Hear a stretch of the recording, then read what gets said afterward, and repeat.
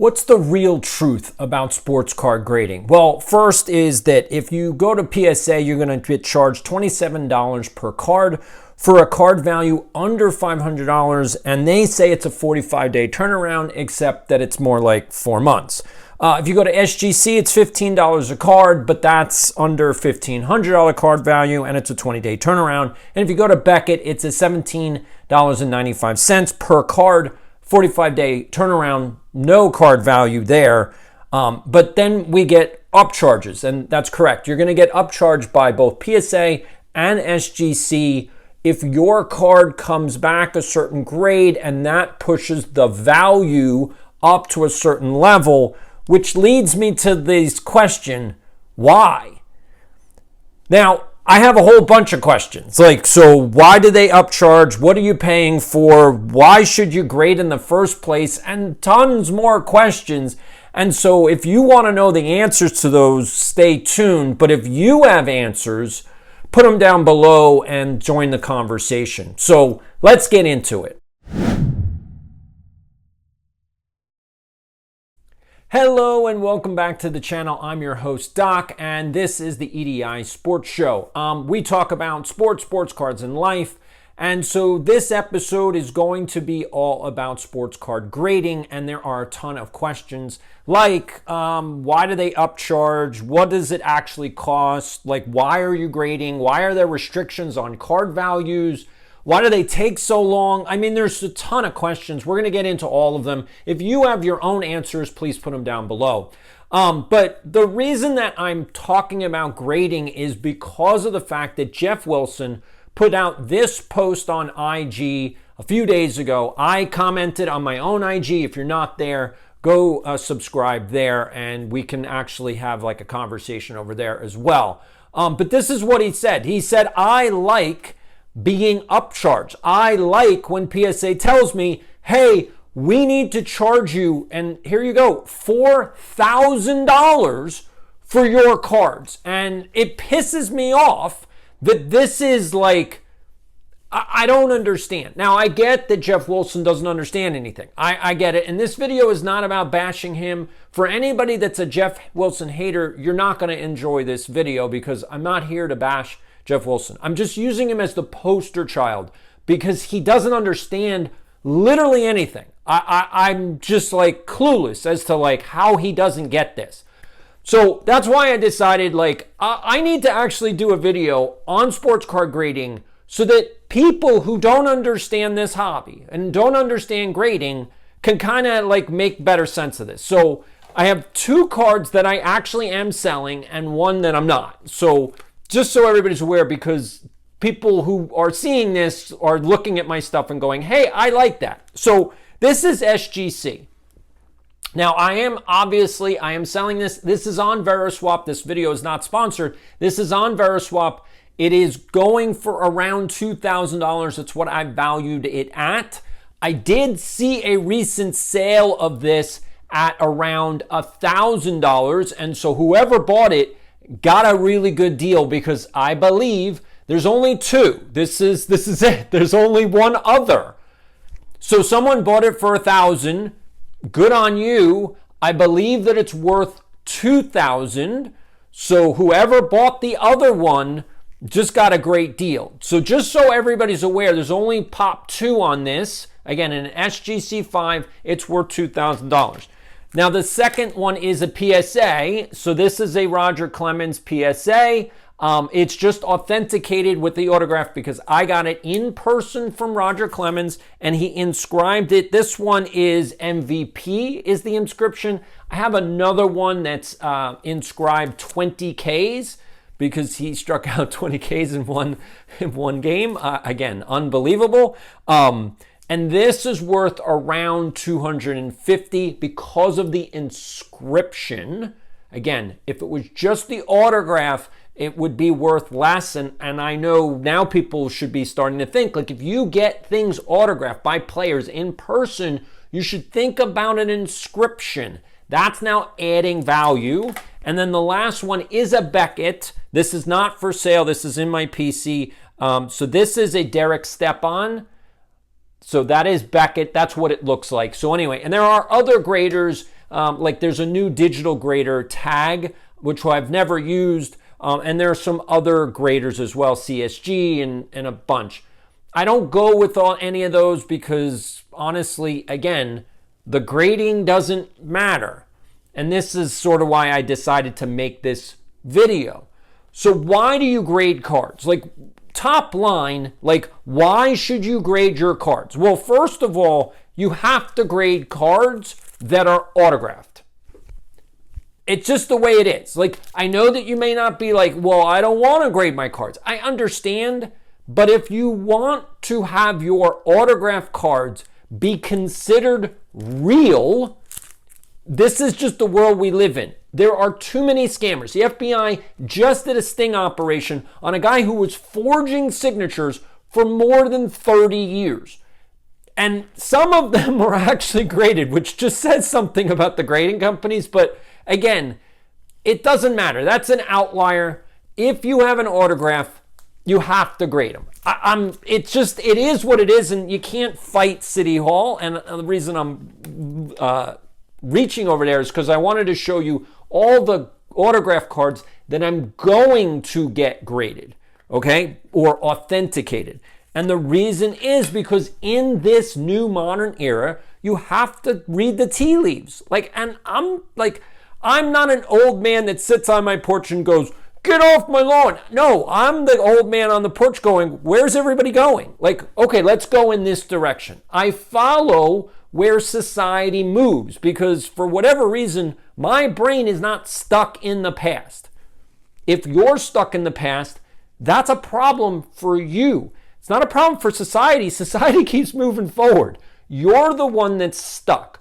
So I want to help people get unstuck. And if you're subscribed here, you like that. You like my honesty. You like that I don't pull punches. I tell the truth. And unfortunately, some of the people who watch these videos, I don't think it's my subscribers. I think people who find me and then they're just a negative person. They have a negative mindset. They're looking for things that'll piss them off. They're looking for stuff. And then they make stupid comments. And it's like, I don't know why you watched the video. I appreciate it. I had one person who made a comment last video. They literally pulled out one comment I made at the end of the video. So they watched the whole thing, they were fine, and then at the very end of the video, I said something that rubbed them the wrong way. Again, I don't know why it rubbed them the wrong way, but then they made a comment about that one thing. And it's like, you watched a 20-minute video and you only found one thing at the end of the 20 minutes that wasn't okay with you, and that's what you commented on?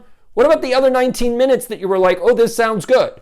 So here are the cards that I'm going to get authenticated by PSA. I'm telling you, I'm doing this, okay? So there's transparency here. So this is one Pete Rose. This is a second Pete Rose. This is a Mark McGuire. I have my Jeffries that I'm getting. I'm trying to figure out what to do with my Jeffries cards. I don't know yet what I'm doing. Here is an Adam Graves.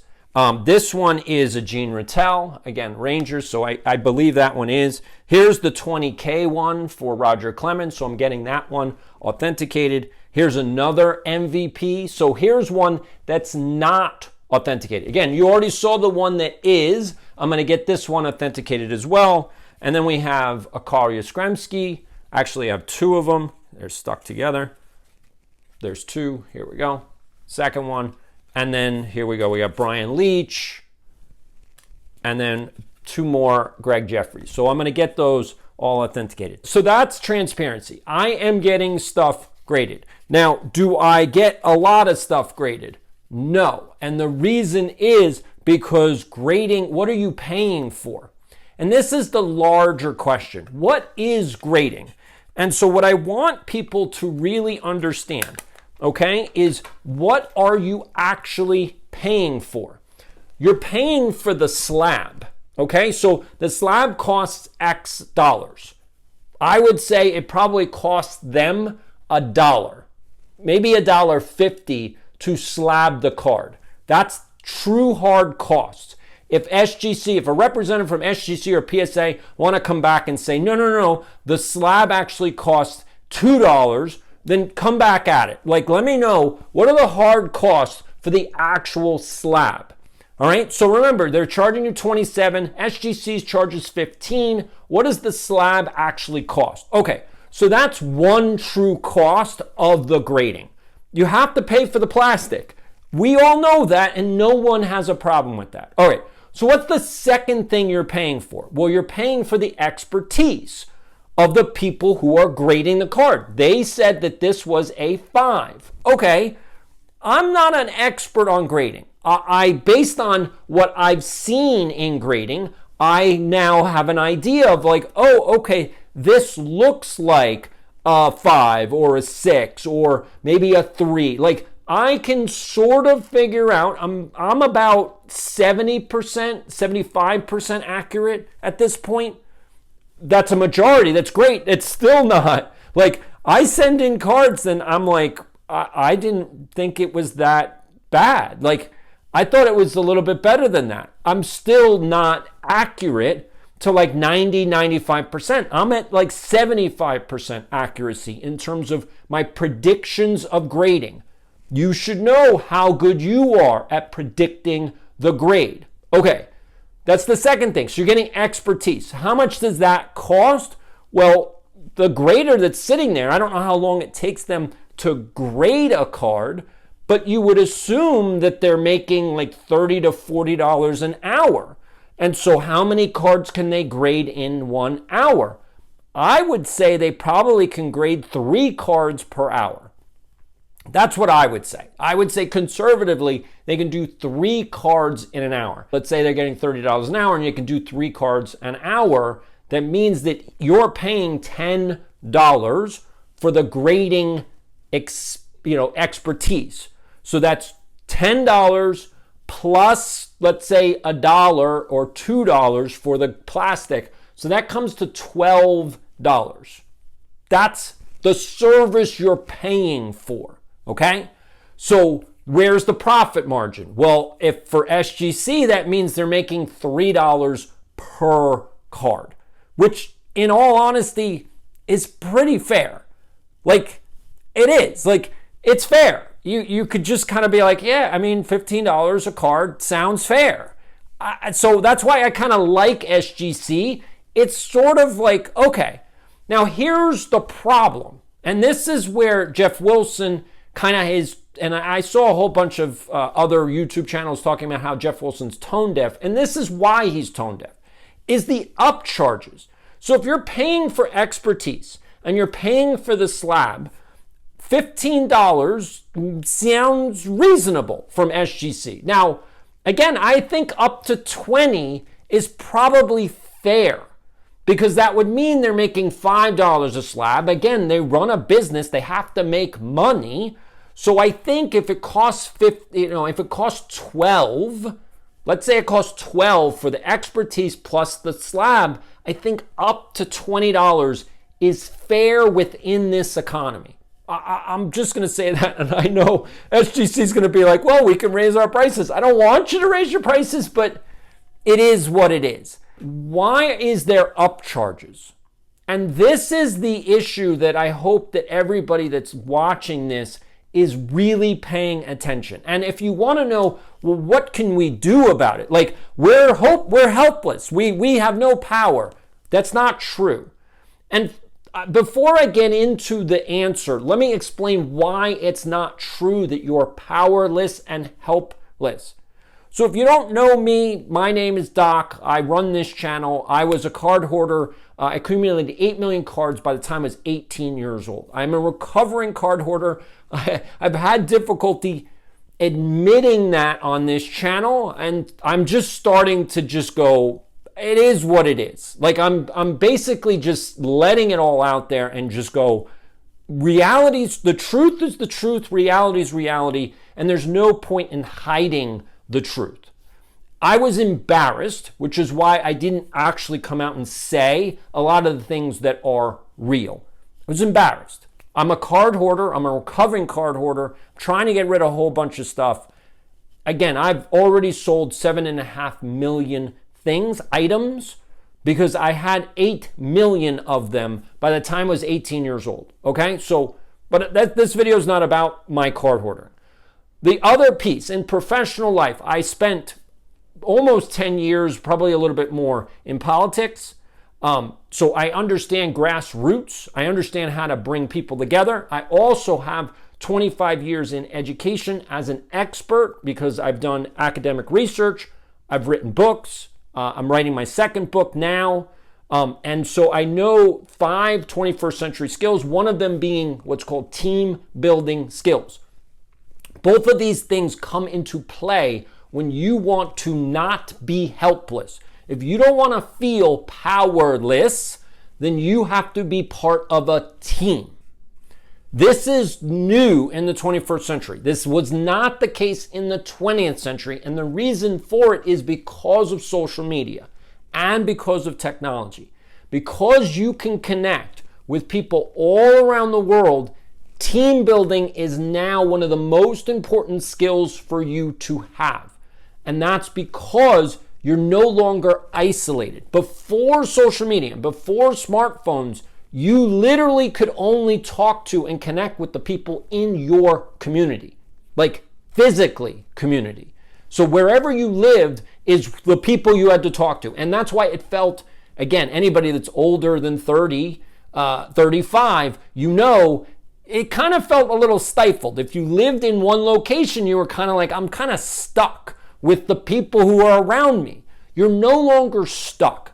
Social media gives you the opportunity to find people who believe in the same things you do from around the world, which is where we have our community here. Anybody that's into sports, sports cards, and life, this is your community. Join the conversation. And let's do a Jeopardy thing. If you have something negative, say, turn it into a question. Don't just make the statement, turn it into a question, because there's nothing wrong with what you're thinking. It's the way you communicate that's not getting across what you think you're getting across. Anyway, let's get back to team building.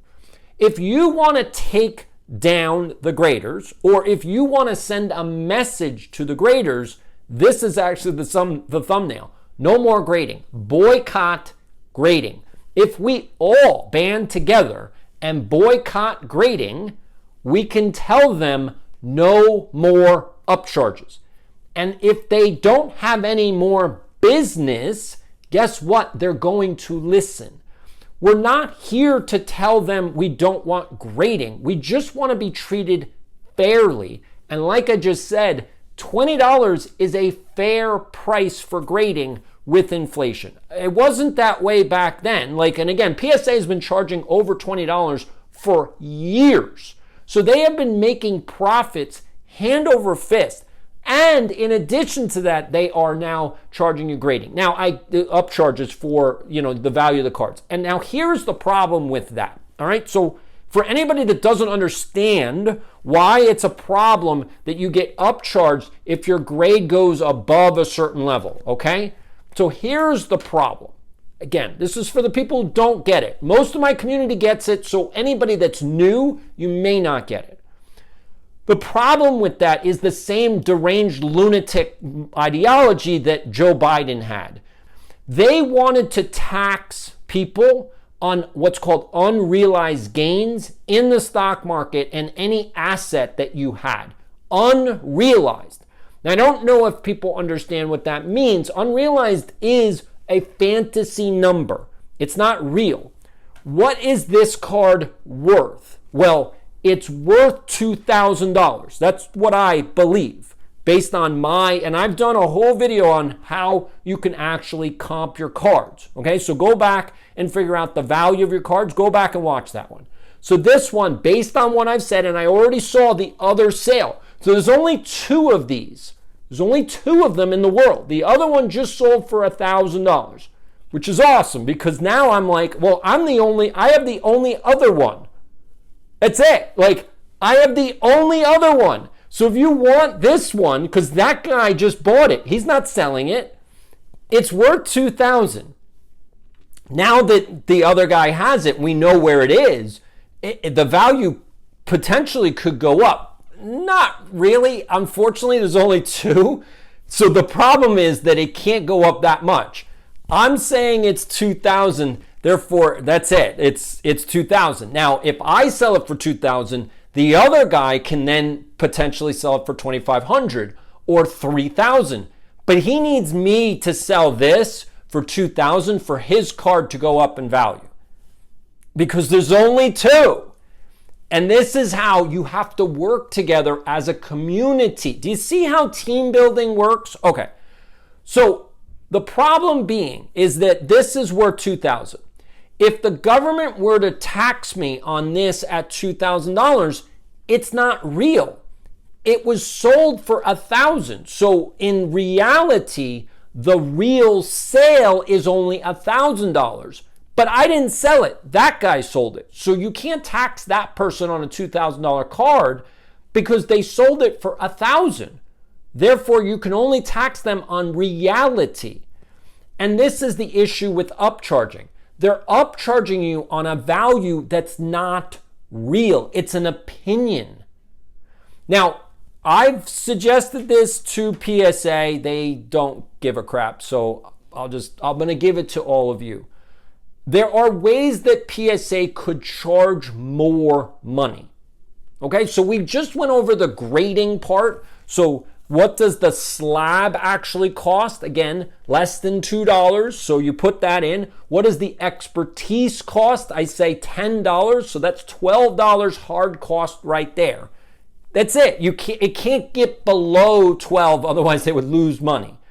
So it has to be above 12. Okay, what else could the grading cards charge for? Well, one, if you're talking about high-end cards, and I don't have any real high-end cards, but like this is a Christy Mathewson, and this is a Wayne Gretzky rookie, okay? So these are two of my more valuable cards. So what could they charge for these? They could charge insurance. Again, you're sending these things through the mail. There's also, like, they're going to handle the card. So if they damage the card, so you could pay for an insurance policy that the card is going to be safe. And if anything happens to it, that you are then, like, reimbursed. Okay, that's a legit thing. And if you have a high value card, you'd be like, yeah, I want to pay, let's say, $200 for insurance. Because if they ruin it, you want the money back. And if they ruin it, that could be like $1,000 or $500. Or again, there's insurance for this, and PSA and SGC should be charging insurance on these bigger cards. Because if nothing happens, it's just insurance. It's just money. Again, it's an actuarial table. They should get into the insurance business. It's a much better business than the grading business. Okay, second thing that they could do, again, they're the experts, right? So the second thing they can charge you is for an actual evaluation of the card, an official evaluation. That is worth money. So I don't know where, oh, here it is. I got it. Hold on. This is the Mickey Mantle 1963 autograph card. For those of you who follow the channel, you know about this card, okay? So I got this signed by Mickey at the Mickey Mantle restaurant in New York City, right on Park Avenue. And it was a great day with my dad. I had a huge burger. The thing was huge. One of those, and with the steak, it had steak fries with it. Again, I can already taste it right now. Anyway, I got it signed by him at the restaurant, all right? So when I sent it into PSA, it was $24, right? I mean, that's what all the cards are. You send them in, you get charged $24. Okay. PSA came back and was like, no, it's worth, they said $3,000. And I did it through a submitter because I don't really like dealing with PSA, and I liked actually having an advocate. And I will tell you, having the advocate that I had, the submitter that I went through was awesome. I don't want to put out their name because I don't want to get them into any trouble or anything, but they were amazing. And I trust them now. I love their service. I go to them. That's who I'm going to bring all the other cards for PSA to. I'm going to do it through them again. Because when PSA came back and said they're going to upcharge me for this card, he actually said, before he said anything to me, he said, PSA wants to upcharge you, but I'm fighting them. I was like, that's awesome. He's like, yeah, because I don't see where they're getting the valuation from. He's like, I did the comps myself, and you come under the threshold based on what I could see. And I said, thank you, because I'm a little confused as well. Again, this was a few years ago. So, what this card is worth now, actually PSA was correct. But again, that's future. They don't know what the future is. They should only be comping cards current. They can't go, well, it will be worth. Like, in what universe does PSA have the ability to tell people what cards will be worth? And that's the problem. They're upcharging on prices that are not real. Unless PSA is going to actually pay you, so that's one, and PSA is now obviously offering money for cards, which means if PSA is going to offer you $3,000, they're upcharging and be like, well, but we will give you $3,000. Well, then I have a choice. I have to go, do I want $3,000 or do I want to, be upcharged and get the card back? Because then that's that's real. Now, unfortunately, PSA can manipulate things, and so I don't think this is a good idea for PSA. I think it's a legal kind of swamp, a minefield. Like, the fact that PSA is offering money for cards, I think is a legal problem. That could become fraud. So I would advise PSA to get out of the buying the cards situation. I would just advise you to do that. It's not your business model. I don't think you should be doing. But they should charge for an appraisal report. If PSA or even SGC or even Beckett, like if they were to give you an appraisal report for these cards and they say, based on our research, we believe this card is worth X amount of dollars, and they put it in writing in an official appraisal report from them on their stationery, on their letterhead, that's worth something. That's worth something. You're actually getting something for the upcharge. Right now, they're upcharging you based on what? So these restrictions, so we're getting into, PSA will charge you $27.99 for one card, up to $500 in value. But who's determining that value? And where's the legal, honestly, there's an Attorney Tom out there on social media. Attorney Tom, this is a class action lawsuit waiting to happen. This is a legal horror story for PSA. Who determines the value? What, sports card influencers? If PSA is determining value, they have to then put it in paper. We are saying this card is worth X amount of dollars. So, where's your proof? Again, Attorney Tom out there, anybody that knows Attorney Tom, have him get in contact with me. This is a huge class action lawsuit against PSA, as well as SGC and Nat Turner and all those guys. I think this is a huge problem for them, and they should stop doing it. There is nothing wrong with charging people for service. So there's the grading service, which we talked about. That costs them $12 hard cost. They want to charge us. So SGC is charging us $15 at this point. Yeah, it is what it is. It's $15 if you want to get cards graded. We'll get to why you should grade cards in a second. That's coming up. I don't want anybody to delay well, where's this video going? No, we're going to get to should you grade cards. But I just wanted to go over all of the issues first, and then we're going to get to it. So these are the problems. They should charge for grading. They should, for the hard cost, for the actual slab. They should charge for insurance. They should charge for an appraisal report.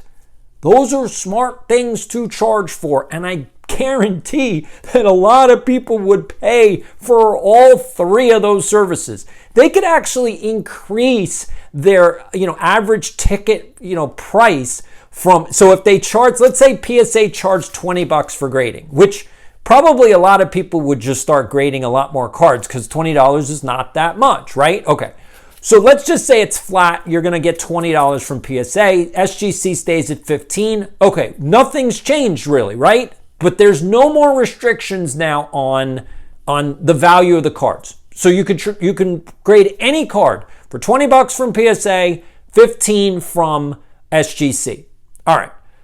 Now you also add on insurance. Again, like I said, if let's say it's a card over $2,000. So let's say from $2,000 to $4,000, they charge you $100 in insurance. You'd probably pay it. You'd be like, yeah. And then what if they charged you $200 for an appraisal report? You'd probably be like, yeah, I want that too. So you go from a $20 fee to literally a $300 fee, and all you're doing is services. There's no more guesswork. You're making more money and everybody likes you. Like right now, no one likes PSA. No one. No one likes SGC. No one. No one likes graders because you just rip people off. But if you do it this way, if you do, again, how much it costs for the slab, then you do insurance, and then you do an appraisal report, everyone looks at you and goes, you're the greatest thing for the hobby. If you want to know what your card is actually worth, send it in for grading, and they will give you an appraisal report. You got to pay for it, but they'll give you an appraisal report. Then the whole question of what's the card worth is over. PSA says it's worth X amount of dollars, and here's the appraisal report. Now, the appraisal report can only last a certain amount of time. I think it should be either, to be honest, I would love it to be a 90-day report. I would love that. But, I would say that PSA is probably going to, push back and go, no, it only is valid for 60 days because this market moves too quickly. So, if they say it's worth X amount, and if it's, because the report can't last forever. Like if you get a report from last year, like if I got a report that said that this card was worth $3,000 last year, well, it's not valid now in 2025. If they said it was worth $3,000 in 2024, well, it's not worth $3,000 in 2025. It's worth whatever the market says now. And to be quite honest, this card, based on all the run-up, and based on the fact that it's a mantle, based on the fact that it's authenticated by PSA and it's an autograph, it's now worth like closer to $4,000, maybe even $4,500. So there's been a huge run-up on this card. So the appraisal report from last year, it's just not valid anymore. But it would give you sort of like a baseline. Again, when we go back to the last video. So, go back in my archives. Well, it's not even archives because it's all the last month. I did a whole video on evaluating your cards. One of them is history. So you got to know the history of the value of the card. And this, if I had an appraisal report from PSA, this card would then, in the history, be like, okay, it was worth $3,000 in 2024. Okay, now what is it worth now? So you would know, did it go up or did it go down? You need to know the history in order to understand, is it going up or down? That's important to know when you're evaluating the card price. Let's get to the major question. Should you grade your cards or not? Like, why should you grade cards? Why do I grade cards? I don't grade a lot of cards. Like most of my cards in my PC, like I'll see if I can do it. It's a big case. All right. Let's do this. All right. All of these cards, the only ones that are graded are over here. I'm going to see if I can do this. Here, this is it. This is it in this case. Now I have two cases. That's the graded cards. That's it. Everything else in here is ungraded. Completely ungraded. And will remain ungraded. That's it. It's never getting graded. Now, why would I do that? Why wouldn't I grade all those cards? And the point being is because grading doesn't do anything. You have to understand that. Grading doesn't do anything. I need to grade off autograph cards. I need to grade them because there's too many scammers out there, and it is what it is. But do I need to grade like regular cards? No. Here's a Cecil Fielder rookie. Do I need to grade that? No. Why would I grade it? Why would I grade it? I've got older stuff too. So here we go. We've got, these are big name guys. So here's Hank Aaron. Here's Pete Rose. Why would I grade these cards?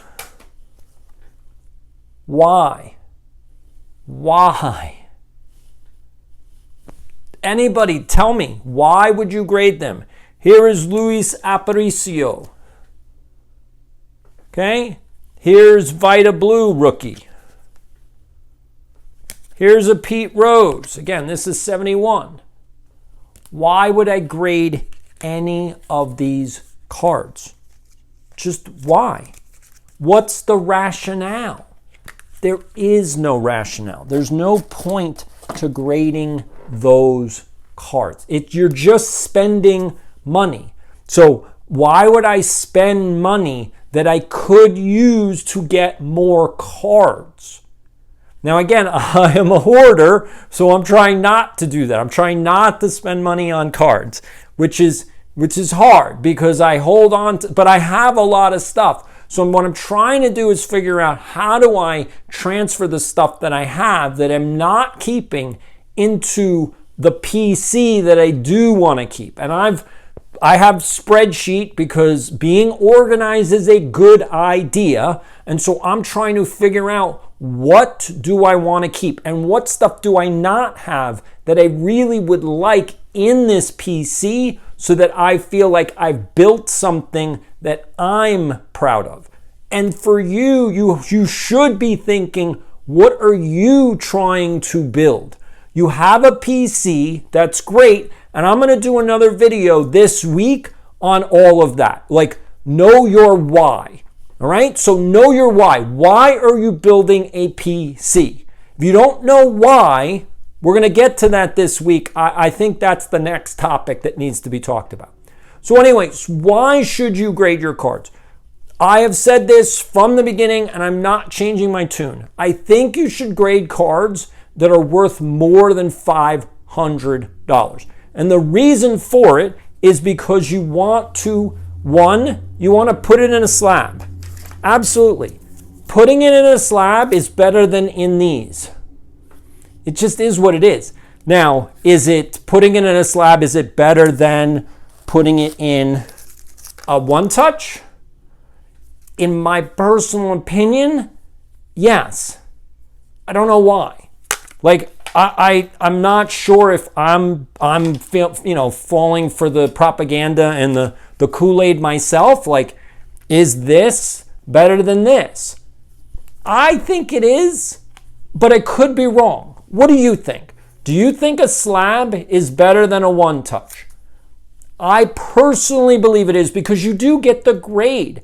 On here, I don't know what it is. So if a card's worth more than $500, I think it's worth it to grade it. Again, for $15, makes perfect sense. Like, yes, I want to know what it is. Now, again, if you have a card that's worth more than that, so let's do this. So that's the Gretzky rookie. Based on what I can tell, I think this would be a 6, maybe a 7. So it's a pretty decent card. Like, it's not damaged. Is it an 8 or a 9? No. Is it a 10? Absolutely not. This thing is not packed fresh. It's not mint. Too bad. Because if it was, it'd be worth like $500,000. Unfortunately, it's not. Because if it was worth $500,000, I could just sell it and I could just get everything that I want. I mean, that would make life so much easier. But it's not a 10. So I think it's like a 6. Maybe a 7. Again, and I'm 75% good on predicting the grade. So is this one worth grading? Yeah, because it's a 6 maybe a 7, and getting it in a slab means that it will be worth X amount of dollars. That's a good reason to grade it.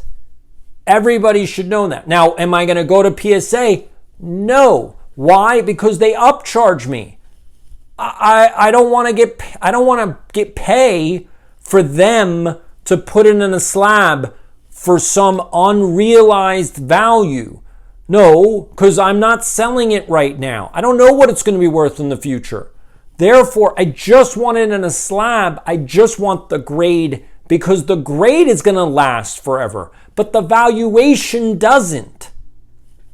Is that making sense? Like, I don't want them to upcharge me today for something that could go down in the future.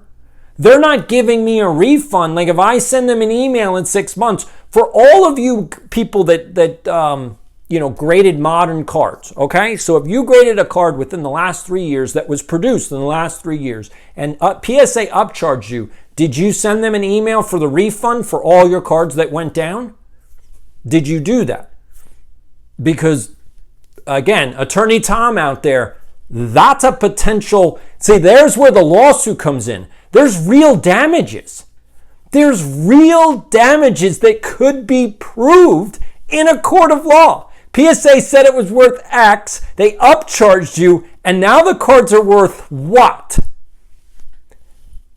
I mean, I'm sorry, that's a lawsuit. It's a legal problem for PSA or SGC. They can't upcharge you because that's not their service. Their service has nothing to do with valuation of cards. It just has to do with grading the card. So all they really can charge you is what their evaluation of the grade condition is. That's all their service is. They have no business upcharging you. It's a complete problem. It's a legal problem. It's got nothing to do with ethics. It's got nothing to do with morality. It's got to do with the law. It's just not right that they're doing it. And I think it might be against the law. But again, until you sue them, that's why it needs to be a class action lawsuit. Until you sue them, you don't know. But I think it's a problem.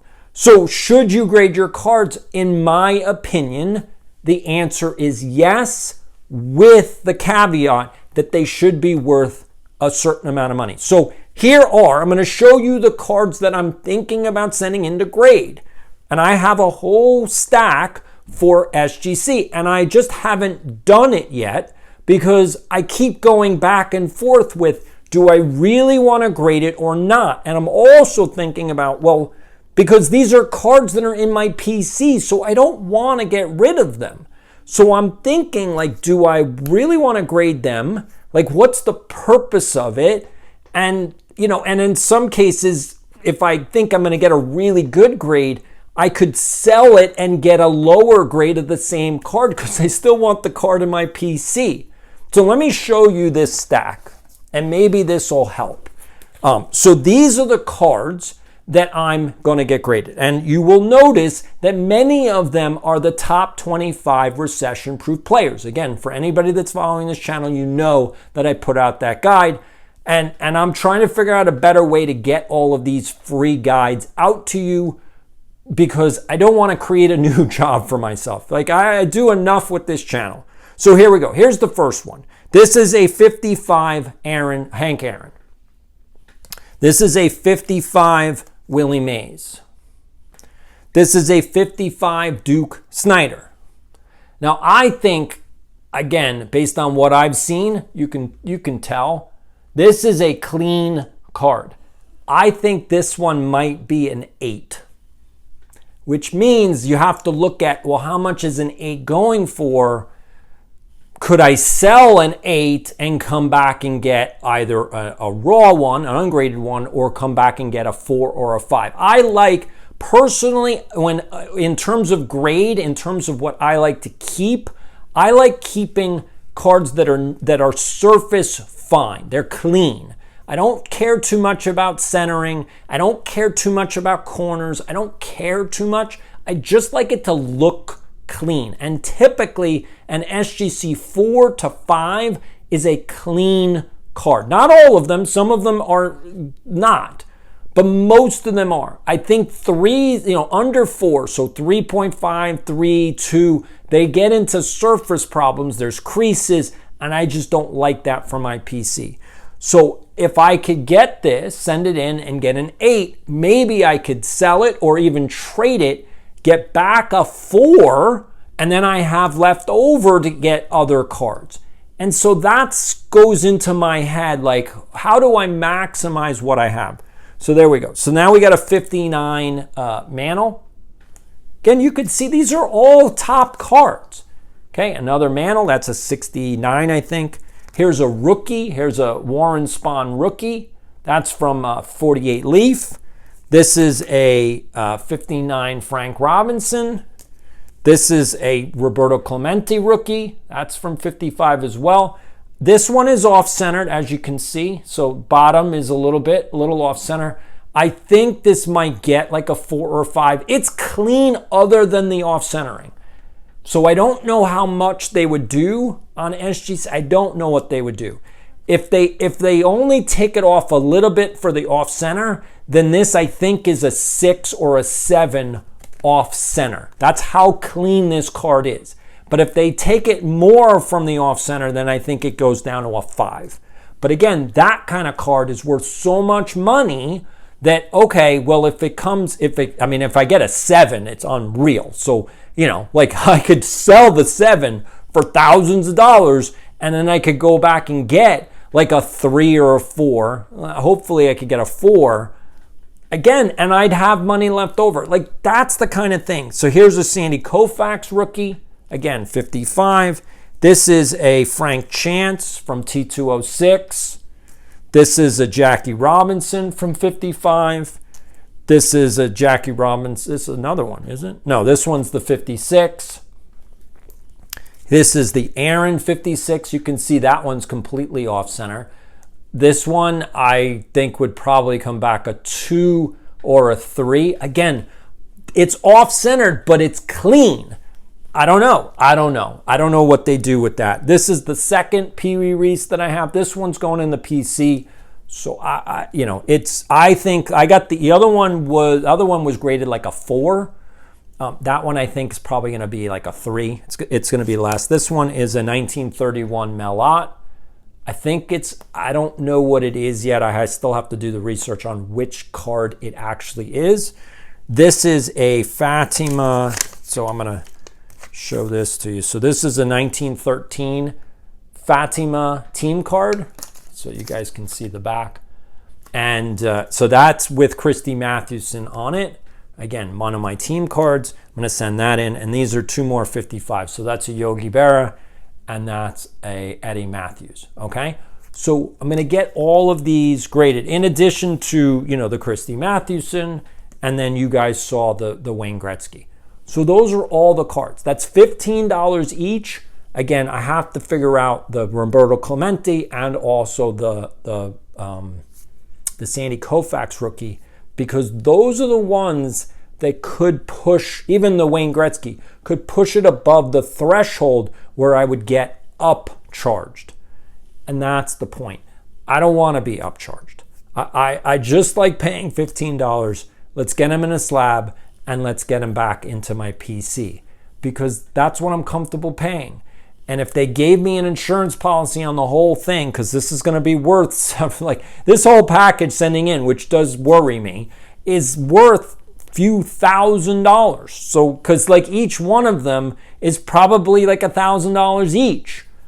Again, not all of them, but many of them are at least $1,000. So that's like 30 of them. So that's like a $30,000 package that I'm sending down to PSA. That's crazy. So yes, if they were saying like we'll insure the whole package for $400, I'm like, there's a real value to that. Like, okay, yes. So I'm going to send it to you. You're going to put it in a slab and you're going to send it back. And if there's anything that happens to it, that $400 covers me for any damages. And that pays me back out because it's an insurance policy. And you could see like, okay, if I pay $400, I'm covered for X amount. That's it. It's simple. And no one would argue with it. No one would argue with it. And two, it's legal. 100% legal, which I like. I like things that are legal. So that's the piece. So those are the questions. So is it worth grading? You have to make that ultimate decision. But what I'm telling you is you're just spending money for no reason. And we're going to get to, so there's two more questions we have to do in this video, okay? So the one is it worth grading? Because we're going to talk about that. And then two, what should you do with modern cards? All right? Because I put out a video last week on that you should not grade modern. And again, it was just a take from another video that I did, but I didn't deep dive into it. And so people didn't really understand where I was coming from because they are grading modern cards and they don't understand why.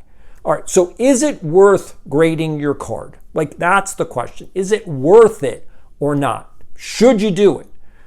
So let's go back to the video on how you evaluate, again, the appraisal of your cards. Like, how do you know these cards are worth X amount of dollars? And somebody asked me, like, how do you know for a low pop count card, how do you know what it's worth? This is a good example. This is a low pop count card. Now, I also had, I'm going to show you this one. I had this Justin Jefferson. That was a 1 of 3, okay? That was a 1 of 3. And I also have this card. This is a Matt Kachuk. Those are game-worn patches. And if you want to know where so again, this is from Calgary. So you're going, well, but that's not red and yellow. Okay. The reason is because if you look at the top portion of his shoulder, that patch on there, that's the blue patch. That was that's the, I guess the sponsor patch or the flag patch. That's what that is. So you can see it on the jersey. That's what that is. And this is a 1 of 5. So what is this card worth? Or what is this card worth? Or what is that Justin Jefferson worth? Because there aren't that many of them. So how do you figure out what a card that doesn't have a lot of pop, like there's just not that many manufactured. So this card, because I did the research on this card, what is this worth? Well, Matt Kachuk, just regular, not numbered, not special ones, just regular, patch cards. The regular one sells for about $7 to $10. So what is it worth? That means it's worth probably about $12, $13. The regular one. Okay. What happens when you get one of these? Again, higher, a limited number, and the patches are a little bit better because that's what they do. They put the better patches in the lower number cards. That's kind of how they distinguish it. So because most of the regular patches, it's just white. You're just like, okay, it's not that big a deal. This is, you can see, they cut it right from that patch that's on the shoulder, okay?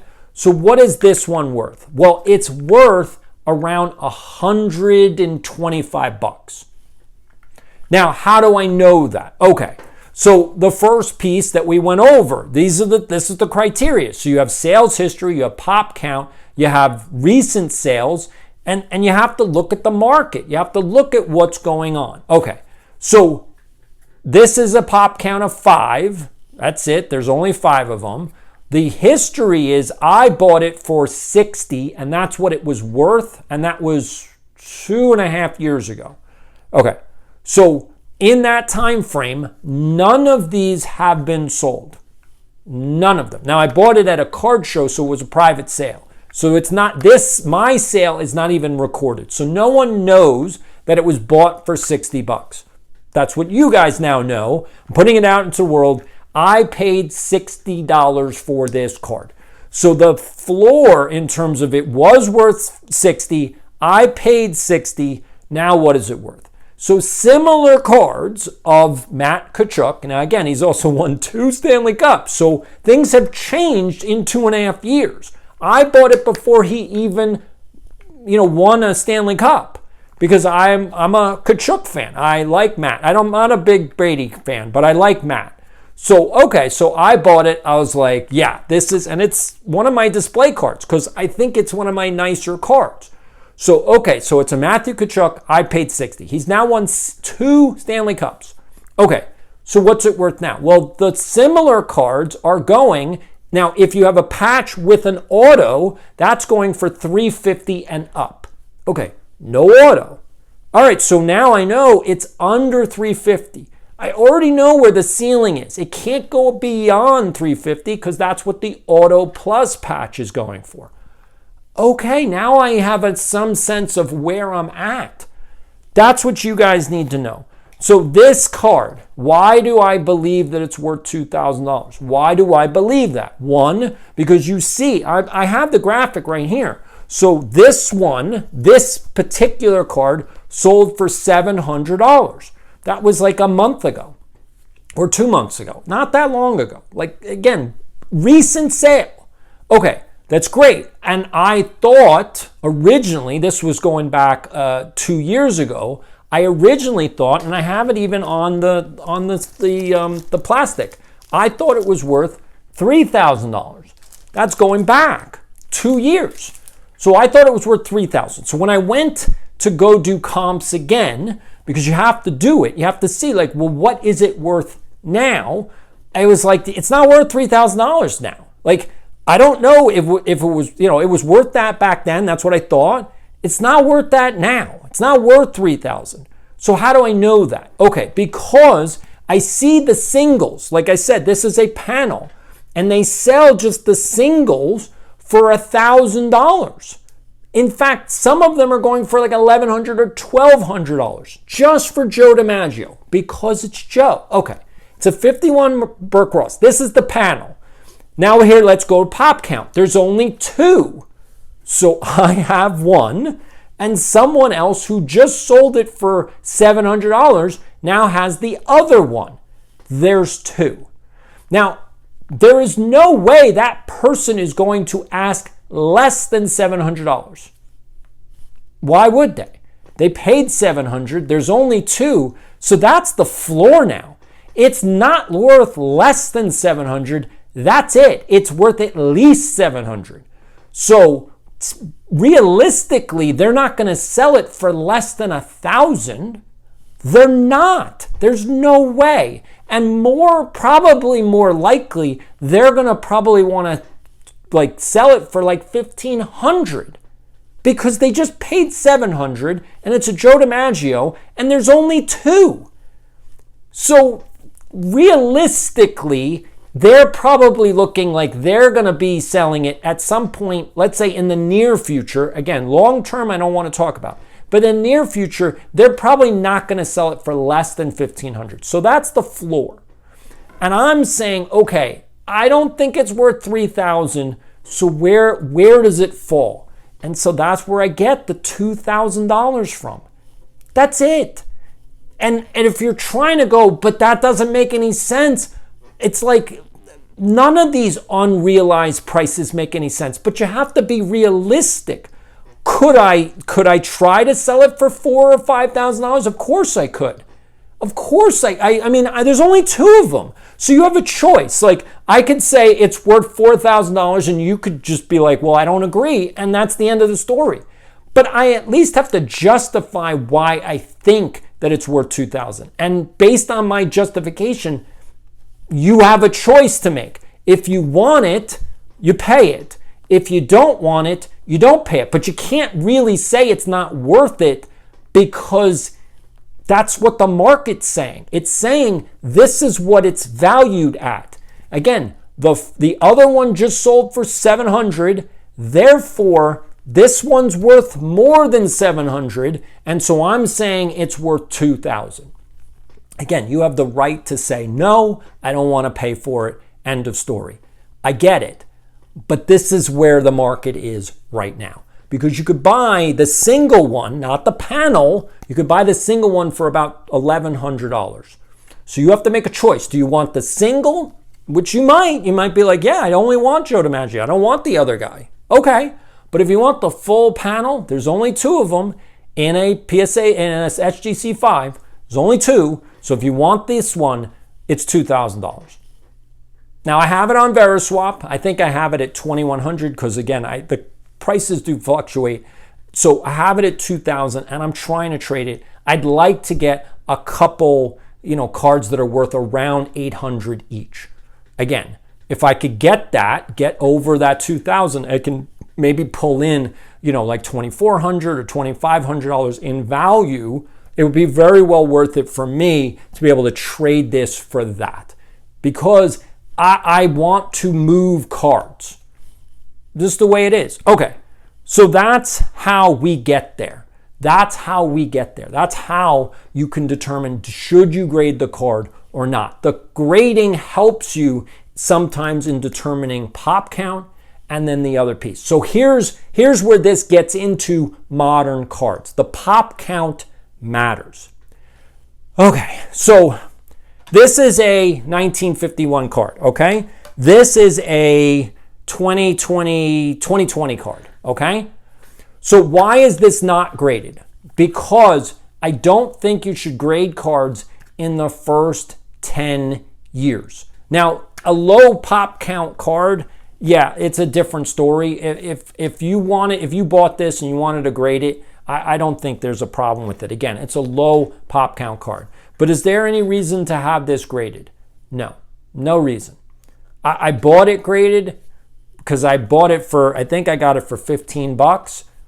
So I was like, that's what I would pay to get it in a slab anyway. And it's a 9.5. So I'm like, okay, well, $15 for a 9.5. It's already, I know what it is. $15 doesn't matter to me. If it was ungraded, it'd probably be a $5 card. So I paid $10 for grading, which is cheaper than what the grading is. So I was like, all right, I'll pay the extra money. And that's what some of you need to understand is when you grade modern cards, unless you're grading, and this is where the Ponzi scheme comes in. So this is the pyramid, okay? At some point, the last person holding the card is the person that's losing all their money. So if you're getting into modern cards and you're doing all of this breaking and opening packs and doing this, and you're like, all right, I'm going to get it. I'm going to get it graded. I'm going to sell it. All right, that's great. That's what you're doing. You don't have to care about the hobby. I am saying this right now. You don't have to care about the hobby, but if you do, you're not helping. You're not helping. Getting modern cards graded is hurting the hobby. It is what it is. Because the pop counts, you're looking at pop counts going, okay, so like, let's see. I don't have a lot of graded stuff, so I'm trying to think of like, let's say, this is a good one. So let's say you have this card graded. Forget the autograph. Let's say you have Frank Thomas graded, because I see a lot of graded Frank Thomas, right? So you have a PSA 9. Why? Why? What does it matter? A PSA 9, it's not worth anything. Like, why not just have an ungraded one? Like, it's not that big a deal. It's not like you're going to make money on these cards. Like, why are you grading them? Oh, because I want to get a 10? Like, seriously, folks? Like, seriously, is that it? Like, I get it. And maybe in this economy that everybody's so poor that you're kind of trying to eke out every dollar. The problem is you're spending money. Like, this is not the best way to get return on investment. Spending money for a gamble, for a chance is not a good way to invest. It's just not. So stop grading the cards, because as you're saying, like within the first 30 days, you're like, oh, the pop count, it's a pop 10. Well, yeah, that's in the first 30 days. The card just came out. Do you know how many people are going to send it in? The pop count's exploding. So from 30 to 60 days, it went from 10 to 100. And then it went from 100 to 500. Now it's 1,000. So when you bought it, again, it's not on the seller. It's on the buyer. People who are buying cards. So I have to make this clear. I'm not talking to the sellers. I'm not talking to the people who are actually grading the cards. I'm talking to you guys, the collectors, the people who buy cards. When you look at pop counts, make sure that it's an older card. Because if you're looking at pop counts within the first 10 years of the pop count, that pop count's going to explode. I don't know if you knew that, but now you do. That pop count is not going to stay the same. When we're talking about the Michael Jordan PSA 10s, because I did a whole video on evaluating that, and people did not understand how I came to 140,000 to 160,000. I think they don't like that. That's why they're like, oh, how did you get to that? I've explained how I get to these numbers. I've completely explained how I get to these numbers. That's what it's worth. Right now, again, and this, I think it'll stay that way for 60 days. What it'll be worth at the beginning of 2026, I have no idea. But right now, the Michael Jordan rookie card, PSA 10, is worth between 140,000 and 160,000. If you pay more than that right now, you should know you're overpaying. I don't know what else to say. So if you buy it for 200,000, you're overpaying by 40K. That's your choice. I'm not telling you not to do it. I'm just telling you you should know you're overpaying. So you should think about it. So if you see it on an auction and it's getting to 175, you should know it's overpriced. And you should then be able to say, do I care or not? If you want it, buy it. There's 330 of them, but that card's from 1986. The likelihood that 100 more 86 PSA 10s are going to come out of the woodwork are highly unlikely.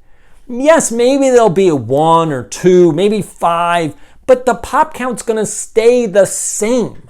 So there's stability in the pop count. That's what you need. You need stability. And so that's why grading after 10 years makes sense. Everybody that's thinking, well, I want to get it graded right now because I want it to be a 10. If you're saving it for your PC, that's fine. But just be aware that everyone else is doing the same thing. Everyone is doing the same thing. Therefore, the 10s are not going to be worth that much in the future. It's just not the way it goes. I've talked about this when players like Shohei Ohtani is a good example right now. So everybody, he's unbelievable. 3 homers, struck out 10, and beat the Brewers literally single-handedly.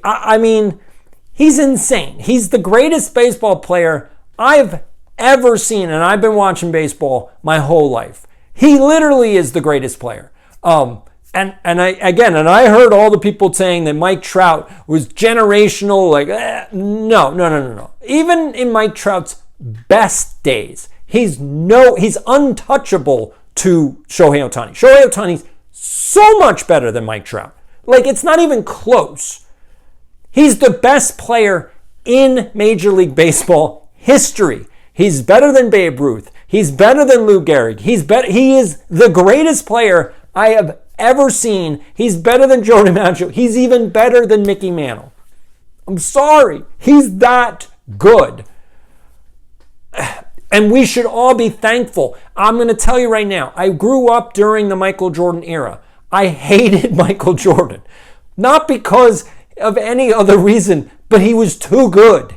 He was so good. And for everybody that likes to do that GOAT conversation between Jordan and LeBron, no. LeBron's a great player, but he's no Michael Jordan. Michael Jordan ruined the careers of other players. No one won a championship.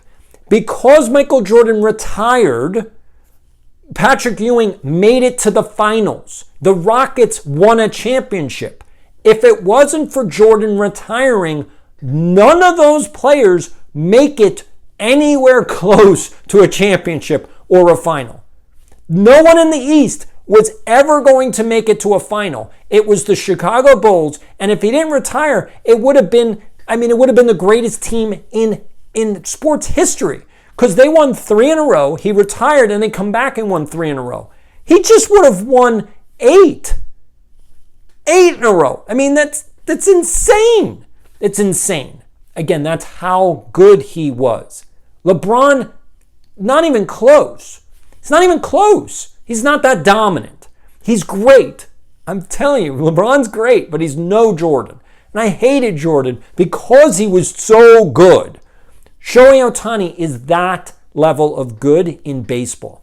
I grew up during the Gretzky era. I'm lucky. I got to see Gretzky play. I got to see Jordan play. I'm getting to see Shohei Ohtani play. These are the greatest players in the history of these games. Ohtani's a monster. So anyway, so you have all these Ohtani cards and you're getting them like graded right now.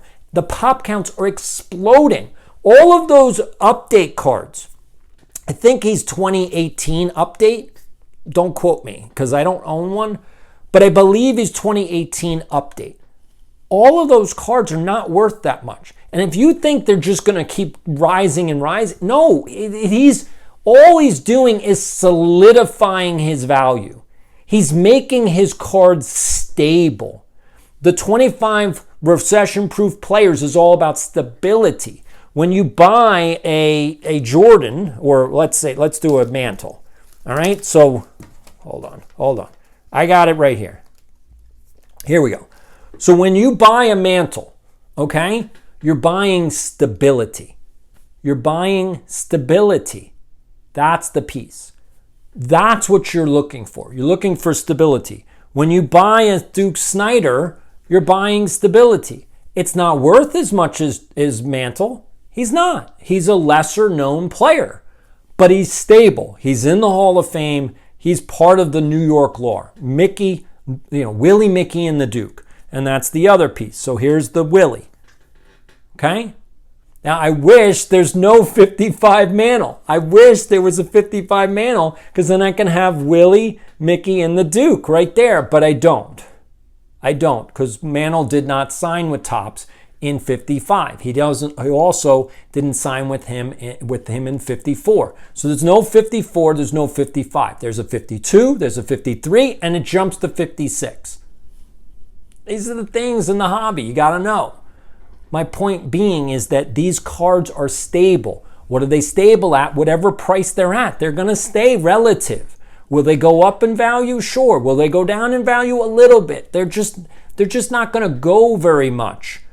Unless something like in society happens where people put their spotlight on him. Now, I will say this, that Mickey Mantle, Willie Mays' cards, and pretty much Hank Aaron and Jackie Robinson and most of the black ball players from back in history, all of their cards have run up significantly because our society has said, you know what? We have not given black ball players their flowers. We have not appreciated them for what they did during their career. Okay, guess what? So all of their cards have literally doubled in value. Like this Jackie Robinson was worth around $300. You know what it's worth now? It's worth $500 to $600. That's double in value. That's ungraded. It graded, it goes for more than that. That's my point. But it wasn't worth that even 5 years ago. Even 5 years ago, it wasn't worth that. So things have changed in society, and the black ball player, those cards have run up significantly. They've actually increased way more than the Mickey Mantle, which you would go, how could that happen? Because these were undervalued based on society. The demand wasn't there, and so now the demand is more. People want to collect those cards, which I think is a great thing. We should be, celebrating the history without racial lines, without worrying about who was who. We should just celebrate the great players. That's it. That's what this hobby should be about. So anyway, those are the questions. And so I want to make sure that when we finish out this video, that you know what's going on. Now, if you have other questions, I want to make this clear. Do you have other questions about grading or anything that I've said in this video? Please put it down below. Let me know. I'm going to try to do, backup answers. I'll go into more detail. If you need me to, just put it down. Let me know. But here's the last piece. So, is it worth it? Is grading cards worth it? And so I'm going to just give the honest answer. It depends on you. For me, grading some of the cards is worth it. I absolutely. And here's actually, I'm gonna give this point, because I go back and forth between should I grade or should I not. I do it myself. So here we go. I'm gonna show you some bigger cards. So these are back from 84. So these are big cards.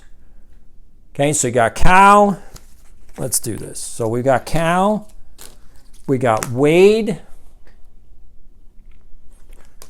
We've got Ricky Henderson. Hold on. We got Nolan Ryan. And we've got my favorite, Gary Carter. Okay. Again, and people have asked me about that. That's a lithograph, and that's actually autographed by Gary Carter. And I've had that. I was in my bedroom when I was a teenager. So I've had that since the 80s. I think it was a bar mitzvah gift that I got. So we're talking long time ago. So I've had it my whole life, and when I moved, there were things that I had to, like, what am I keeping and what am I selling and what am I giving away and what am I not keeping? And obviously that was something I was keeping. This is a big card, and I go back and forth, should I get it graded or not? Because one of the issues is this is an oversized card. So SGC is going to charge me a little bit more because it's oversized. And I get that. It's a bigger slab. Like, it's not the regular slab, it's a bigger slab. So, okay. But the question is, do I need it graded? I got these, the top loaders. These are the big top loaders. So it's protected. It's no longer out. It was out, but now it's protected. But do I need it graded? What would it grade at? I think it would probably come back like a 4 or a 5. Like, I don't think it'd be more than that. But again, does it need to be graded? And that's what you need to ask yourself. Does it need to be graded? If you look at some of the modern cards that you have, and you go, and maybe this is the thing you should put down on a piece of paper.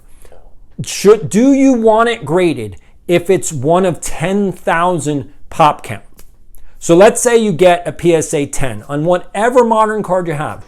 Do you want it to be one of 10,000 PSA 10s? Does it matter to you?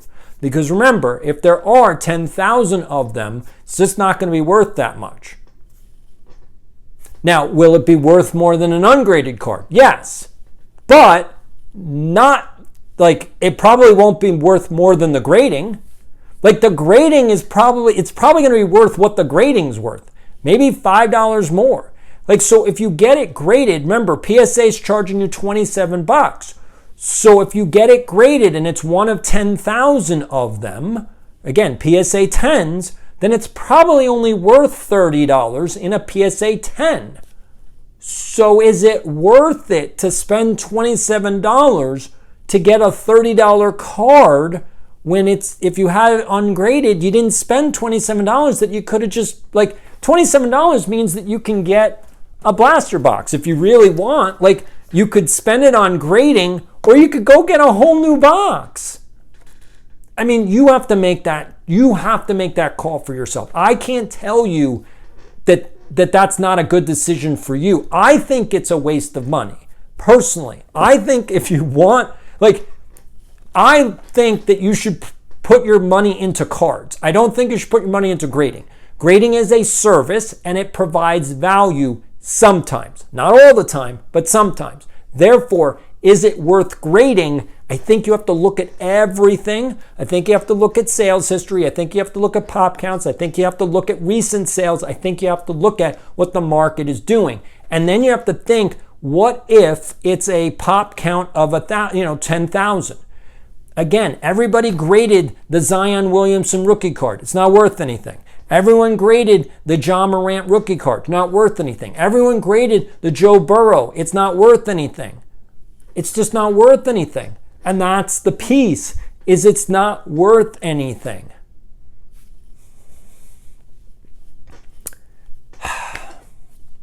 Hopefully that makes sense. I'm trying to make these videos and trying to make sense of all this for you guys. I hope I appreciate everybody that comes here. We have over 2,600 subscribers. I want to thank everybody for hitting the subscribe button. If you haven't done it, do it now. I'm going to talk about these things this week, but definitely put a comment down below if you have questions. I like the questions. Anyway, this is Doc saying, I'll see you this week.